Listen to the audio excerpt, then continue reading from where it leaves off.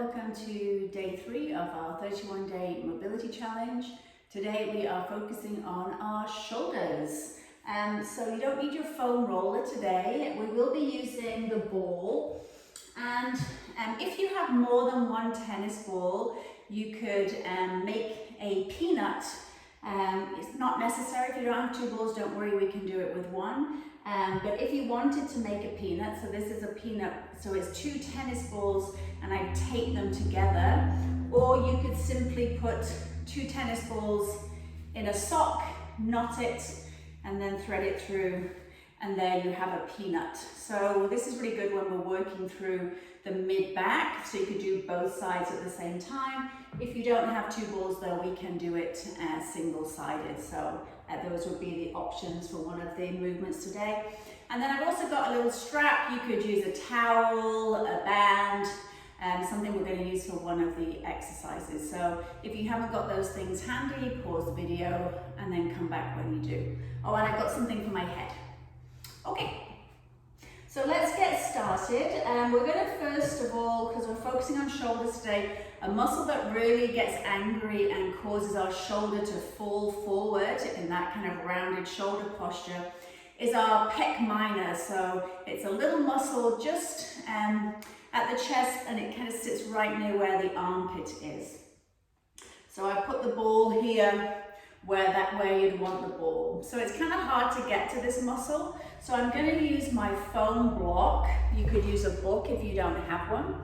I'll do it on this side so you can see. So I'm putting it just on my chest, just in from my armpit. I'm going to angle the block to the side a little bit, and then I'm going to put the ball on the foam block. And I'm going to kind of put my arm around the foam block, so if you can see the ball is there by my chest and my armpit. I'm going to cuddle the ball, and I'm going to use my other hand to support my chest so I can play around with how much intensity I put onto the ball. So if it's more than a 5 out of 10, then I'm going to press up with my other arm and take a little bit more support on my arm. If it's not a 5 out of 10, then you can press down a little bit more and take more pressure on the ball. So if that feels intense enough, just stay there and breathe. If you want to add a little bit of intensity, you'll take the arm and you'll reach it up and down. So let's try 5 reaches. You do not have to add this movement if it feels super sore. So this is the one area that we were talking about in the video yesterday that you could feel nervy tingling sensations that travel down the arm. That means you have the ball in the wrong place and you're on a nerve. We have lots of nerves that come out down the arm here, so just readjust the ball if that's what you're feeling. Okay, so let's move to the other side. So the block comes to the other side on an angle. You'll find that tennis ball on your chest, just in from your armpit. So again, you'll just take a moment to get the appropriate tension on the ball. So 5 out of 10. If it's more, lift up through the arms. If it's not enough, sink into the ball a little bit more. This is another exercise where it's easy to hold your breath. So make sure you are breathing. It can be quite intense, so please modify the intensity appropriately. So if you feel comfortable to do so, you could add the reach with the arm.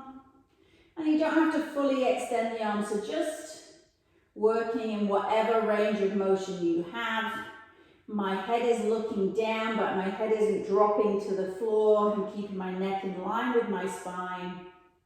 Last reach, and then coming back up. So that might take you a few times to really feel that you're getting in that right place, in that muscle here, in the pecs. But don't worry about it. With practice, you'll be able to find that muscle more easily. It is pretty tender, so for a lot of people it's easiest to find.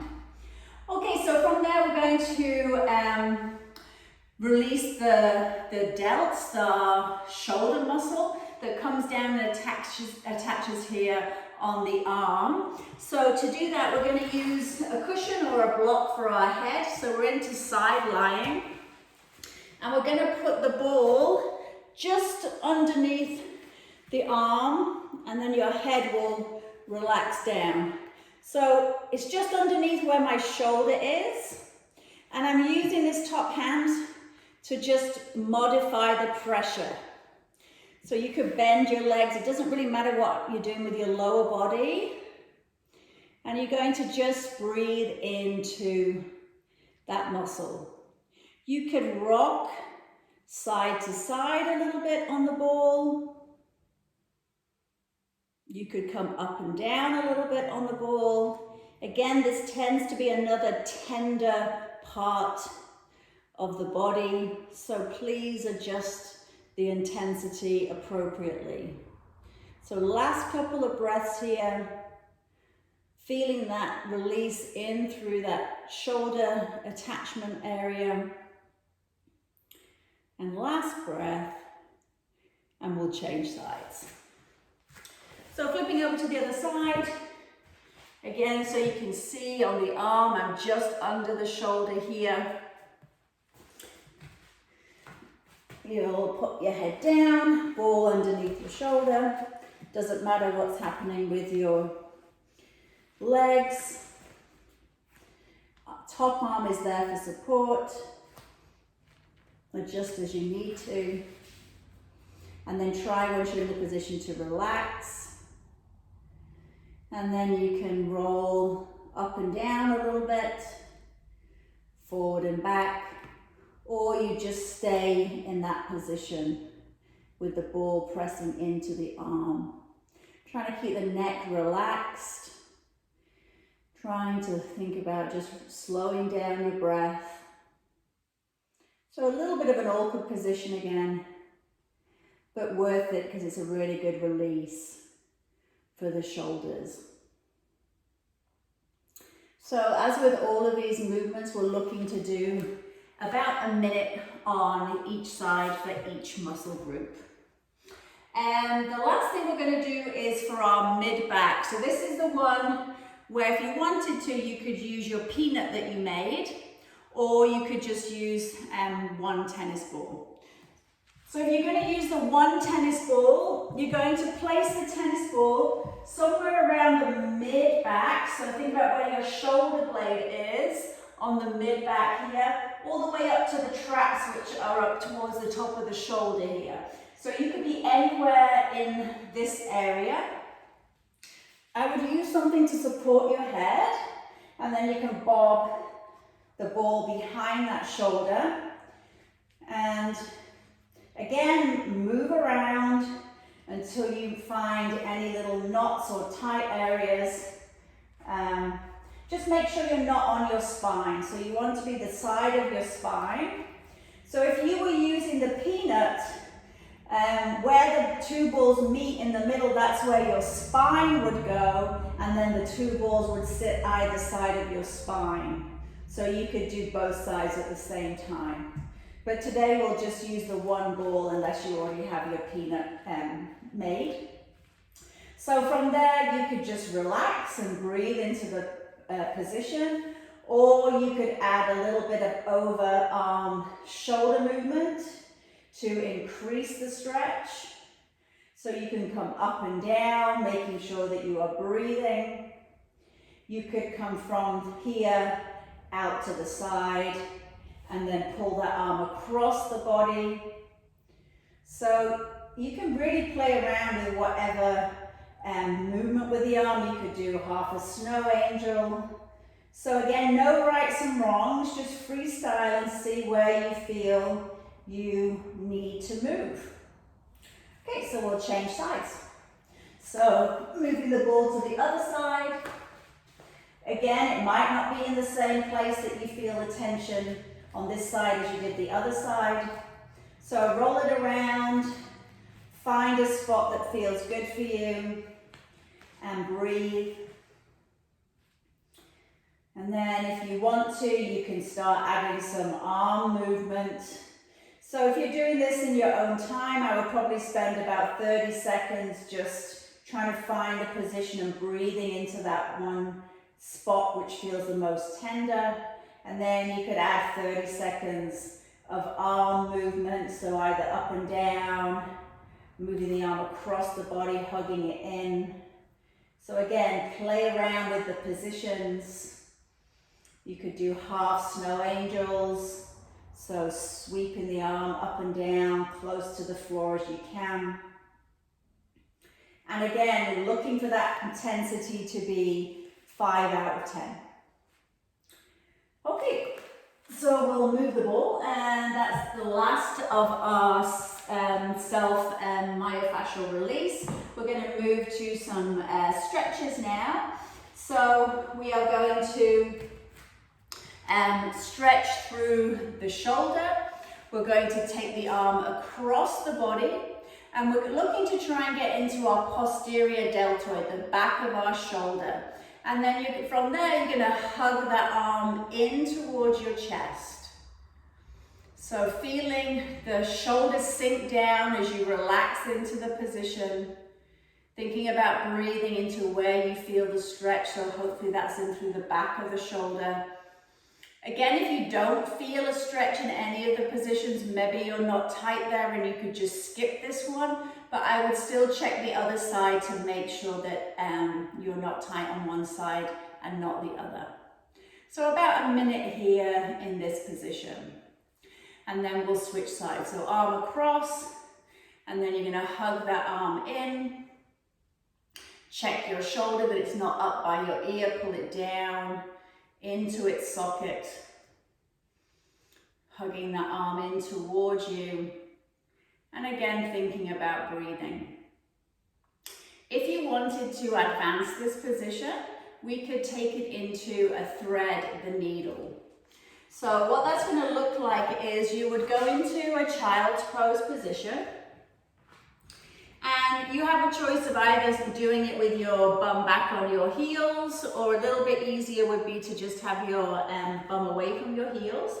You would take one hand out the way in front of you, and then you would thread your arm through. And then with this top hand, I'm going to push myself backwards so I feel the stretch at the back of my shoulder on my bottom arm. So this arm is nice and active. This top hand is pushing myself to the back of the room to press that shoulder towards the floor. So when you're in that position, think about directing your breath into the back of the shoulder and taking nice deep breaths. Again, 5 out of 10. So if this position doesn't feel right for you, then you feel free to go back into the seated version of this posture. Your choice. Okay, so let's go ahead and change sides. So hand comes in front, threading through. And then I'm going to use this top hand to press back in towards the camera. So I'm pressing that shoulder down to the floor and breathing into my mid-back. So we're threading the needle, so this top hand is actively pushing into the floor. So last few breaths here. Nice. And relax. Okay, so from there we're going to stretch through the triceps, so the back of the upper arm. This is the one that you would need your strap for. So you would take your strap and you would take it behind your back. And then with my other hand, I'm going to grab a hold of the strap and I'm going to pull the strap down. So that's now going to increase the stretch in through my tricep, the back of the arm. Now the body says, oh, I'll help you make that stretch less intense. And to do that, what typically happens is people start to arch their back as they're in this position. So while you're in this position, think about tucking your ribs and your hips together and staying engaged in through your abdominals. So check now, have you lost your abdominal contraction and arched your back? Keep pressing down with that bottom hand to feel the stretch in the back of the upper arm. Nice. Okay, let's change sides. So popping your strap over the other side, reach behind and grab it. So even the reaching behind with our supporting hand, this shoulder is coming into internal rotation here. So, and a lot of people find it hard to reach their hand up their back. So this is a really good exercise to allow you to work on that internal rotation of the shoulder. And then you want to be pressing that hand down to the floor, check in on your abs. Think about pulling the belly button in and your ribs down towards your hips. And actively pulling down the strap with your bottom hand. Looks good. And we'll release that down. So we're going to do a push-pull drill now. So we want our shoulders to be strong, but we also want them to be able to move. We don't want our shoulders to be rigid, because if our shoulders don't move, then that's when we tend to get some rotator cuff problems, when the head of our humerus, the arm bone, starts hitting on top of our shoulder bones and starts rubbing and causing pressure. So we want our shoulders to be mobile, we want our shoulder blades to be able to move as well. So from there we're going to, you could do this in standing or kneeling, so if kneeling isn't good for you, then feel free to stand up and do it in standing. So you're going to have your arms, palms together, and you're going to think about protracting the shoulders, which means rounding the shoulders and making an arch in your upper back. And then from protraction, we're going to go into retraction. So we're going to squeeze the shoulder blades, elbows by your sides, and then squeezing back as far as we can, thinking about squeezing with the shoulder blades. So let's do 4 more of those. Pressing forward into protraction by rounding the shoulders. You can drop the chin down a little bit when you're into protraction to really round your back as much as you can. And then squeeze the shoulder blades back. Open the chest, so you're now into a full squeeze of the shoulder blades. 3 more. Pressing forward, round the back, get those shoulder blades to separate as much as they can, and now get them to pull and come together as much as they can. And again, rounding, contracting, reach with those hands, and squeezing the shoulder blades and pulling back. 1 more time, round, as far as you can, really reach, reach, reach. And then imagine someone's got their fingers in between your shoulder blades. You want to squeeze their fingers as much as you can. Big squeeze. And relax the arms down and just give them a little bit of a shoulder circle. So that's easier to move when your hands are free. We're going to try and get our shoulders to do the same thing, but we're going to have our hands against the mat in 4-point kneeling. So if 4-point kneeling is hard, you could also do this standing against the wall. So that would be an alternative for this. So we're trying to, from here, press our hands into the floor. Our hands are underneath our shoulders, our knees are underneath our hips, and we're going to protract our shoulder blades. So we're going to push into the floor, drop your chin a little bit, and round the back as much as we can, just like we just did in the last exercise. And then from there, we're going to let the shoulder blades come together as much as I can. So notice that this is not a cat-cow. My spine did not move. It's just the shoulder blades that are moving. So the shoulder blades are coming together at the bottom and they're separating at the top. So the challenge in this one is to try and move your shoulder blades and nothing else. So intuitively, initially when you start to do this, people bending their arms to try and get the movement if their shoulder blades are sticky. So bear with it on this one, and eventually your shoulder blades will start to move independently of other parts in your body. So let's try for 5 more, squeezing them together, separating them, squeezing them together, separating them, thinking about your breath. Relax your neck. I know it's hard in this position to not want everything else to come on board to help you to get those shoulder blades to move. And then let's just sit back into child's pose, forehead to the mat, reach your hands toward your feet to just relax through that upper back. And a few deep breaths here.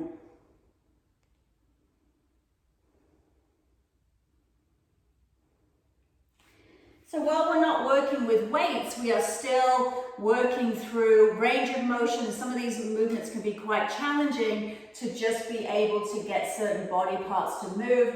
So when you go to your gym workouts and you do anything rowing activity, by practicing these things, you're going to be able to get into the positions a lot easier. It's going to be more effective because you're going to be in the right muscles. And so from there, we're going to lay on the floor and we're going to be face down. If it's more comfortable, you could put a pillow or something under your forehead and you're going to reach your hands down along your sides. So you're going to take a big deep breath in, and as you breathe out, you're going to lift the legs, lift the chest and squeeze the shoulder blades and reach your hands towards your feet. And then you'll come back down. So if that feels too intense, you could keep the feet on the floor as you lift up. And if that feels too intense, you could put the hands under the shoulders as you lift up. So your choice. So thinking about breathing into the breath, breathe out, and really pointing the toes and really reaching with the fingers. I'm really trying to keep that neck in line with the spine and keeping everything along the back line of my body engaged. We'll do 2 more. Stretch and lengthen. So like someone's pulling you from your top of your head all the way down to your toes. They're pulling you apart. And then one last time. Stretch and reach, squeezing those shoulder blades. And then hands come underneath your shoulders again. Let's press back into a child's pose. Head to the floor. So if you come to child's pose and you feel that you can't get your head to the floor because you don't have that flexibility yet, just use a prop. Use your block.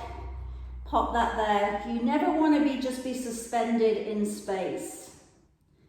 You want to be able to relax in the position. So we did a bow and arrow in our spine session. We're going to do a bow and arrow this time lying on the floor. So you'll be into that T position on the floor with your arms out to the side. We'll lift our legs up and we'll drop our knees to one side. And then I'm going to roll over and put my hands, I'll move back so you can see, stacked on top of each other. So from there, I'm going to do my bow and arrow by pulling or dragging my hand, top hand along my bottom hand, along my chest, and then all the way so that arm touches the floor. My head follows my hand, and then I'm going to come back across the chest, reaching, and then reach past your fingers. Come back to your fingers, up the arm, head follows the hand as you reach around. So now you're in your T, breathing, and then coming back, and then along through the hand, and then past your fingers, coming back down. So if you would prefer to have a pillow underneath your head while you do this, then feel free to pop a pillow there. And then one more time. So really thinking about opening through the chest, and we're going to hold it into that chest stretch now. Just going to tuck my legs up and add a little bit of resistance with my top hand. Again, we don't want our legs suspended in the air. If that was the case, put some pillows underneath your legs to support your legs. And I'm just going to take a couple of breaths into that chest stretch position. And then we're going to go ahead and change sides. So you're going to be laying on your other side, knees tucked up nice and tight, arms stacked on top of each other. So from there, drawing your hand, top hand along the bottom hand, along the chest and open into that T. Head is looking towards the hand. When you come back, you're going to reach past your fingers as far along the floor as you can. And again, so we're doing 5 of these. A long stretch and open, trying to get that shoulder down to the floor when you come into that T position, reaching past your fingers. So think about that bow and arrow movement as you come through. Nice. 2 more. So we're moving in and out of our stretch positions. I'm going to hold this one open. You're going to twist to look away from your knees. You could use your hand to press your knees down to the floor. And you're going to take some nice deep breaths here.